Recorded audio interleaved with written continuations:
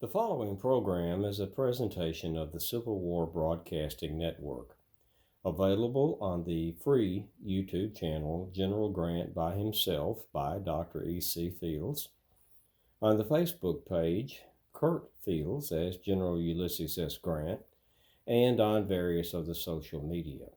Permission to copy and distribute is given and indeed encouraged. Remember, you are the future of our past. And now, in the ongoing series of General Grant Looks at the American Civil War, Grant and McClernand, Part 4. I am General of the Army Ulysses S. Grant, and you find me this day in the library, and I should like to reflect with you on the fourth and final segment of my series of reflections on Grant and McClernand. And this would be when I give you what General McClernand did after I relieved him of command on June the 18th of 1863, because he stayed quite busy writing a lot of letters. And I would like to look at his time from the relief of command on June the 18th of 63 until his resignation in November of 64. It's important here early on to say that the French had marched into Mexico City on June the 7th of 63, just 11 days before I relieved him. That had no impact on what was going on with Vicksburg, but it did play a large role in what General McClernand did after he was relieved of command. And on June the 18th of 63, as I have discussed in an earlier reflection, I relieved him of command with orders to return to his home in Illinois and wait further orders. Something that might be of interest is that since he had orders to report home to await further orders, he was tethered to his home.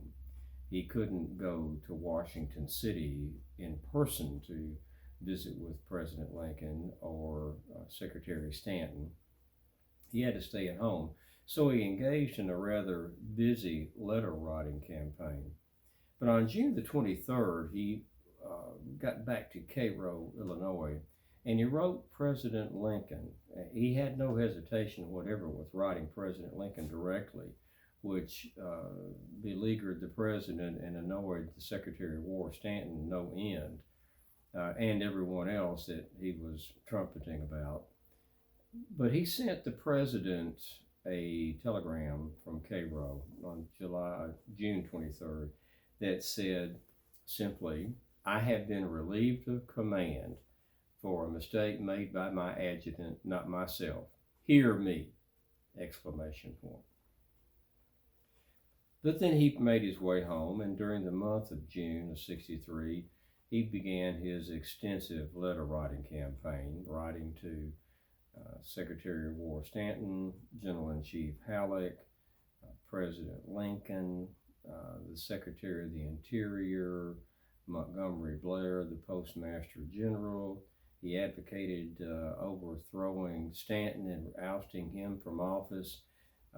Very, very busy man, and also consistently writing the president asking for a court of inquiry, first demanding that it look into everything that the two of us had done from Belmont through Donelson, Shiloh, and all the way up to June the 18th of 63. The president kept either ignoring him or telling the Secretary of War, Stanton, to tell him, I can't do anything at this time, I'm not going to do anything at this time, and always trying to keep him at an arm's length while never telling him for a long time the matter is closed. Because remember, McClernand was still a very powerful man in Illinois politics, and the war on the political side for the president was not going well in Illinois. Republicans had lost the House in the midterm elections. of 1862. And he's very concerned about doing the political tango in the Midwest to maintain a coalition to go on with the war, because the Peace Democrats were becoming stronger with the midterm elections, the war dragging on, not coming to a resolution, and they're clamoring for a settlement with honor. And the president wants a victory, a surrender. So in July, General McClernand wrote the Secretary of the Interior and said, being a Western man myself, perhaps we can form a coalition and oust the Secretary of War and take my case to the president. And he approached Montgomery Blair, the Postmaster General, and pressed with him, ousting Secretary of War Stanton and replacing him. I wonder where he thought that was going to go. But in August of 63, he wrote President Lincoln and Governor Yates. Governor Yates is then writing a number of letters to the president, entreating him put General McClernand back in command, back in the field.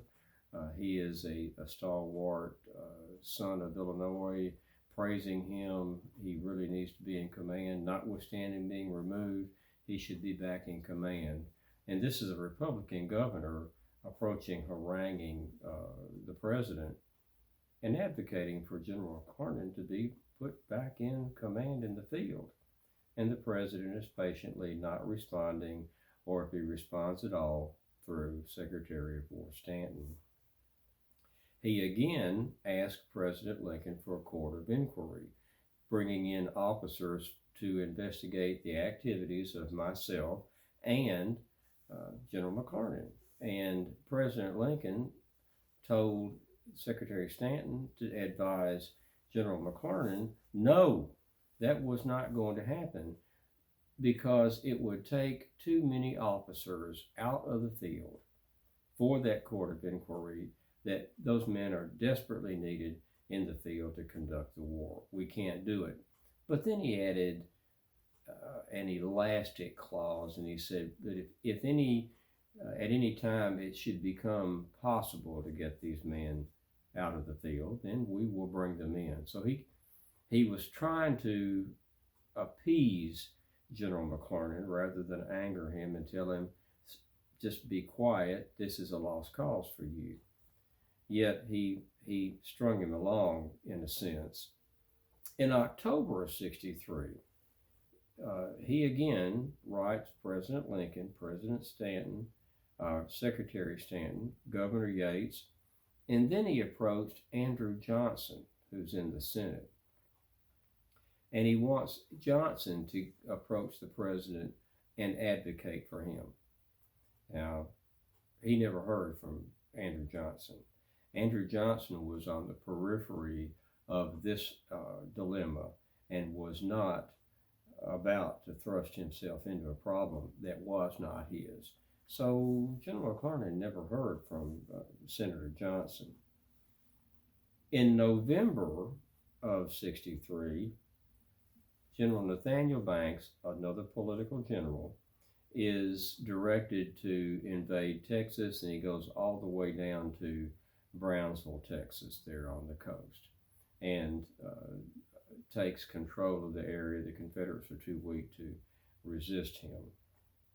And so now the 13th Corps, McClernand's old command, is involved in that, and they are strung out from Brownsville, Texas, all the way up the Gulf Coast to New Orleans.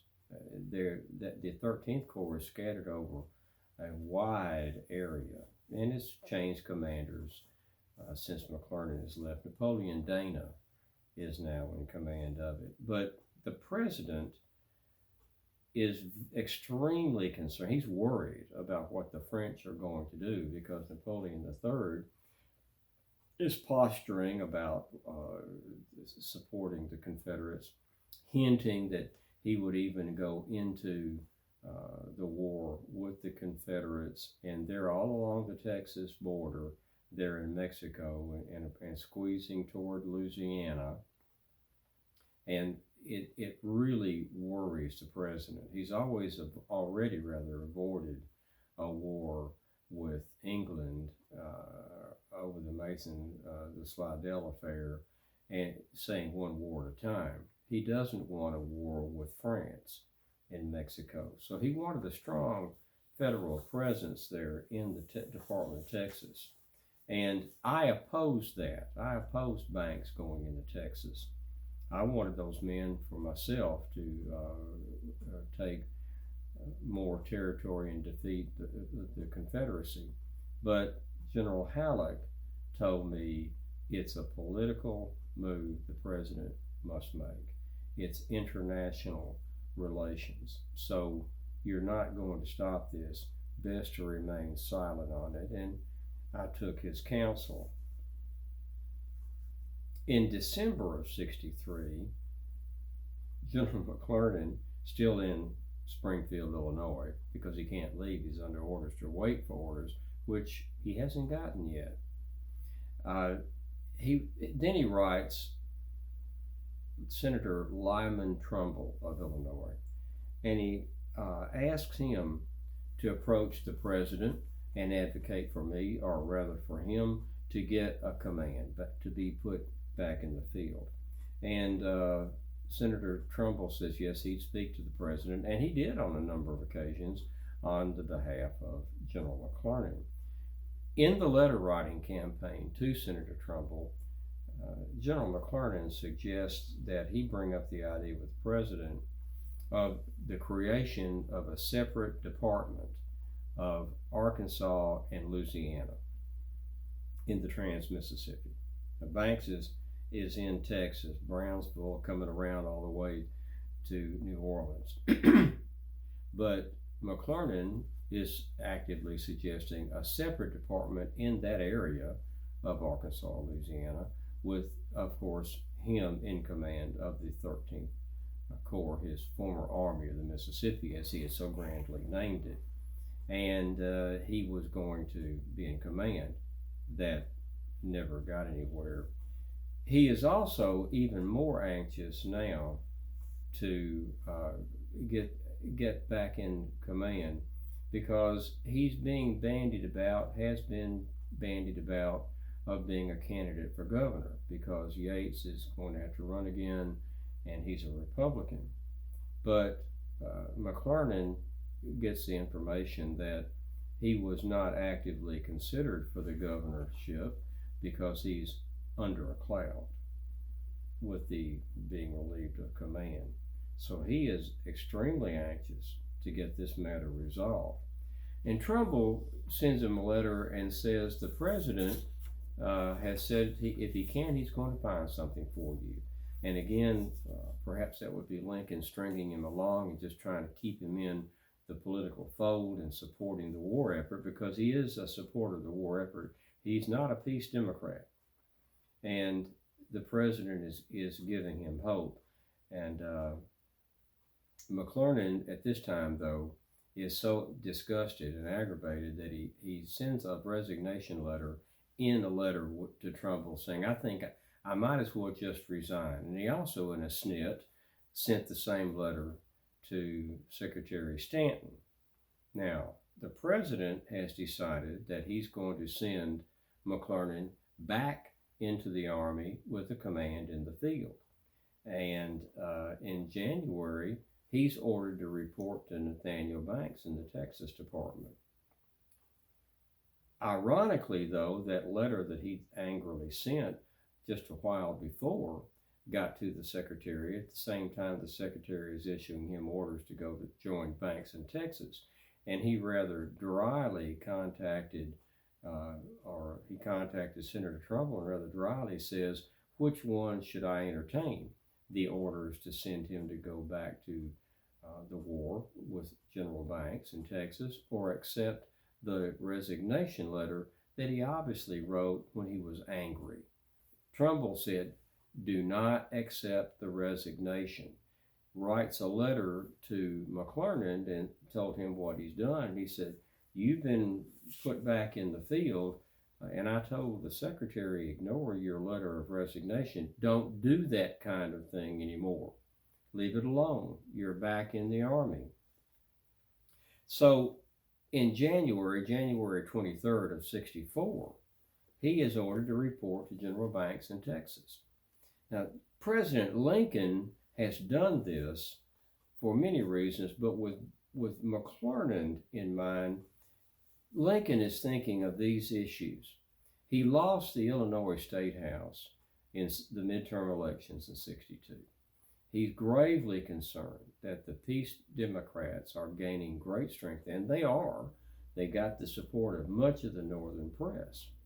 And he's afraid he's going to lose Illinois, which would be possibly a death blow to his campaign for re-election. And the election, this is January, the election is coming up in just a few months in November. By putting McClernand back in office, he appeases McClernand, or back in command, I should say. He appeases McClernand, and he'll get Democratic support because McClernand is a very powerful man in Illinois politics, and indeed in the Midwest with Iowa and Indiana. He pleases Governor Yates, who is a Republican, so it's a win in every direction for the president. He gets a Republican support through Yates. He gets Democratic support through McClernand. Also, he helps to put fire on that peace movement that's burgeoning in the Midwest and in the North. He also accomplishes a couple of other things. He puts two political generals together, Nathaniel Banks and John McClernand, both men with no military experience, yet with high military rank and command, and they're both in Texas, far away from the D.C. arena. And he's hoping to get McClernand out of the political issue altogether, particularly in the international political realm, although it didn't quite go that way for the president. Also, he can appoint McClernand to command without angering me. He puts great distance between myself and what I am doing in the Western Theater and McClernand down in the Trans-Mississippi Department of Texas Theater. It's two political generals, same department, great distance from Washington, out of the way, backwater, not much activity, and McClernand is silenced because this avalanche of letters to everybody in Washington will stop because McClernand has a command back. On February the 12th, though, he wrote yet another letter to Lincoln, and he wants to have just a court of inquiry for himself. He's realized by this time that pushing for an investigation of me, I am the winning general in the war. Lincoln does not want to anger me or cause any difficulties with me. And he's not going to have a court of inquiry to lift this matter up. So McClernand has sensed this and wants to have a court of inquiry just for himself. He's thinking, he's realized, well, if I just want them to look into what I have done, then I'm more likely to get a court of inquiry. So he's already been ordered to move to Texas, get back in command, and he's still sending letters to the president. At this time, I raised the issue yet again to move on Mobile, to capture Mobile, Alabama. And I was told that's not going to happen. The president is focused on the issue with the French in Mexico and the Texas border, and France coming into the war on the side of the Confederacy. And Halleck wanted to clear Louisiana of Confederates as well. So the proposal to march on Mobile is going to yet again be ignored. And the Red River Campaign instead under Nathaniel Banks, which became a debacle of the First Order, was undertaken rather than moving on Mobile.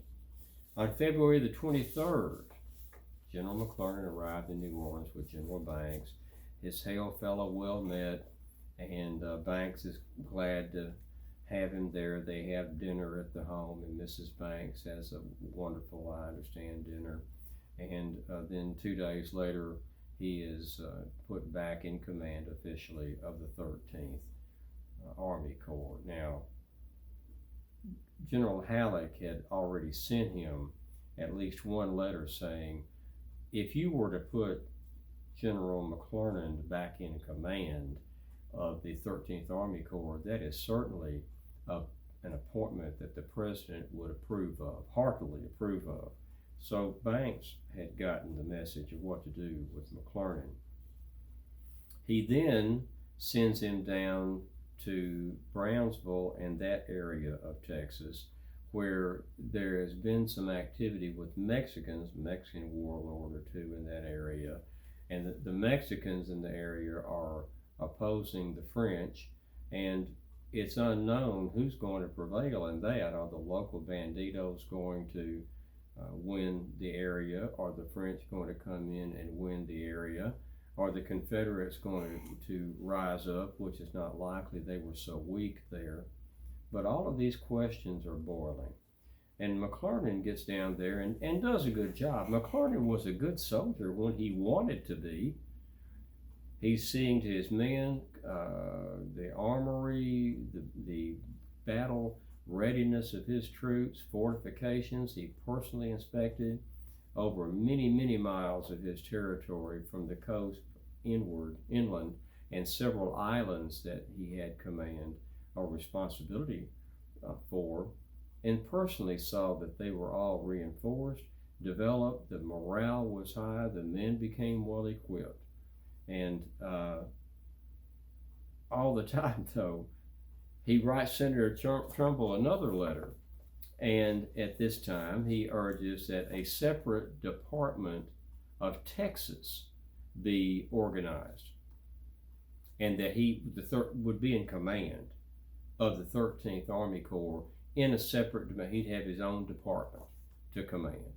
And he advocated that it would be a good move because he had political experience, and that position would require political delicateness of dealing with the Mexicans, dealing with the French, and conducting the war.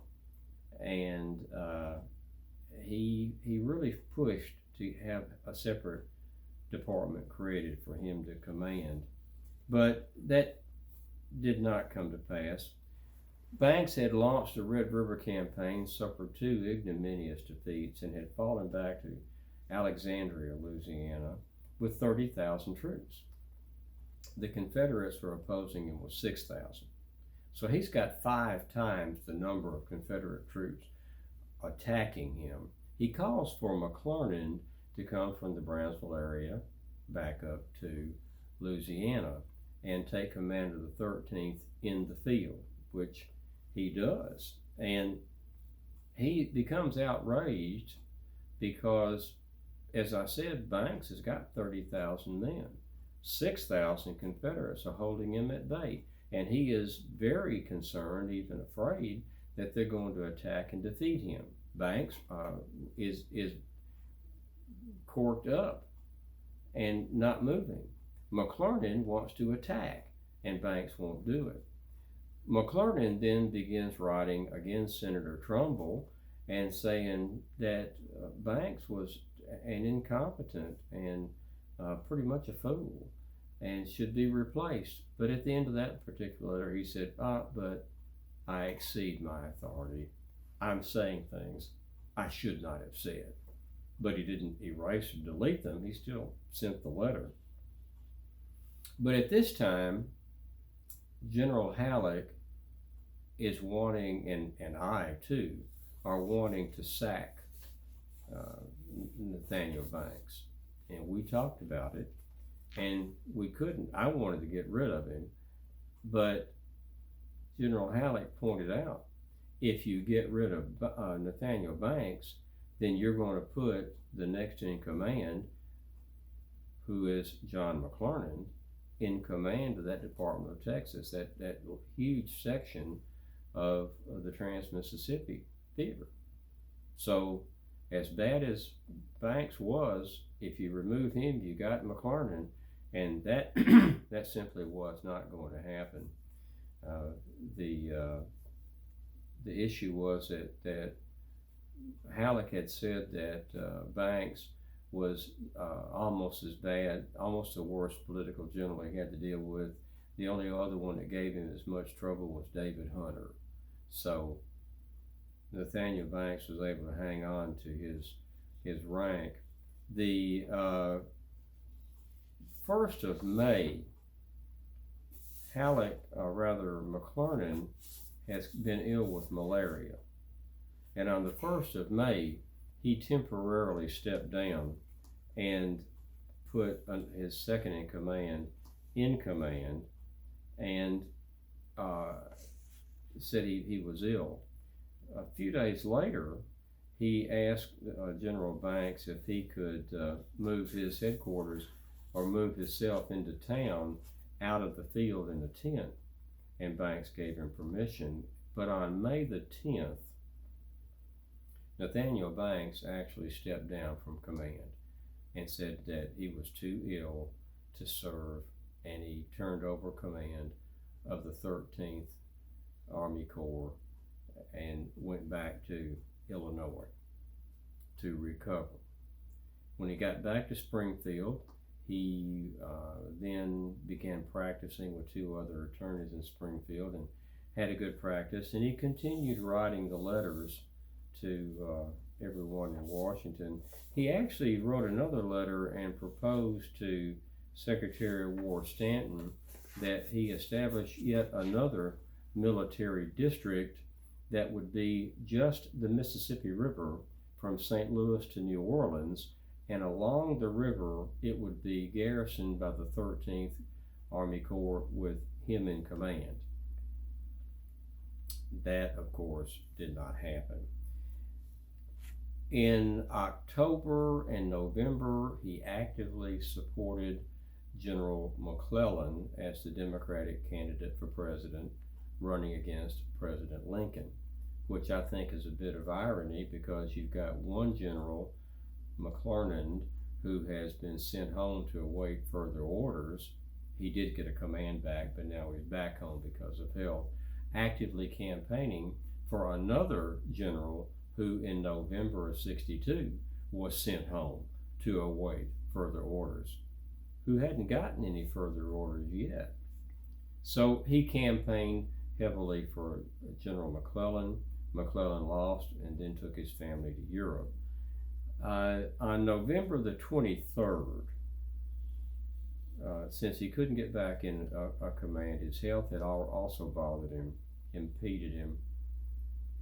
He wrote a letter of resignation, and he said that he felt that he could do more good if he was being paralyzed in the Army and not able to do what he wanted to achieve in the Army, then he could do more good for the cause.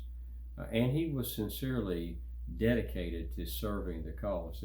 There's no question that John A. McClernand was a patriot and a courageous man in combat, but he felt that he would just have to be of more service at home than in the field. And in part, he said one sentence here, 2 sentences I think noteworthy.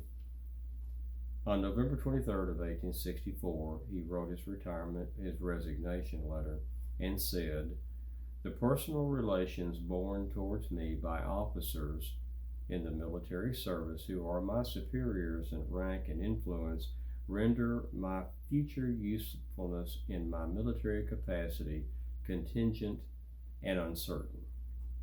My retirement from military service would relieve them and me from further embarrassment growing out of these actions." And General McClernand was out of the Army.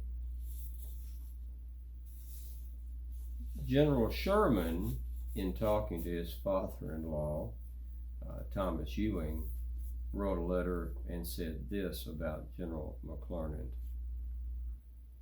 "McClernand is a mean envious and impracticable fool that caused Grant and me more real trouble than any volunteer general we had to deal with.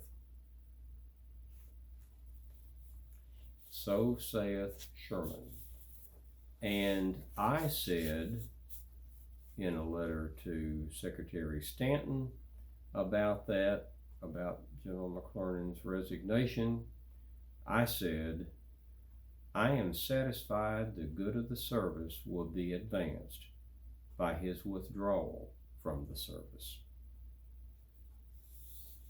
And General McClernand's and his Army career was gone and over.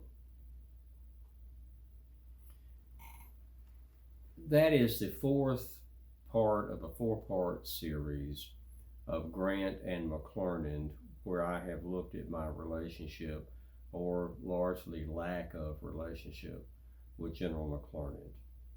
And I believe that for this time together here in the library, I have said quite enough. I must be about my business and you about yours. So until we come together again in looking at the American Civil War and reflecting about it, I am General of the Army Ulysses S. Grant, and I bid you a fond farewell.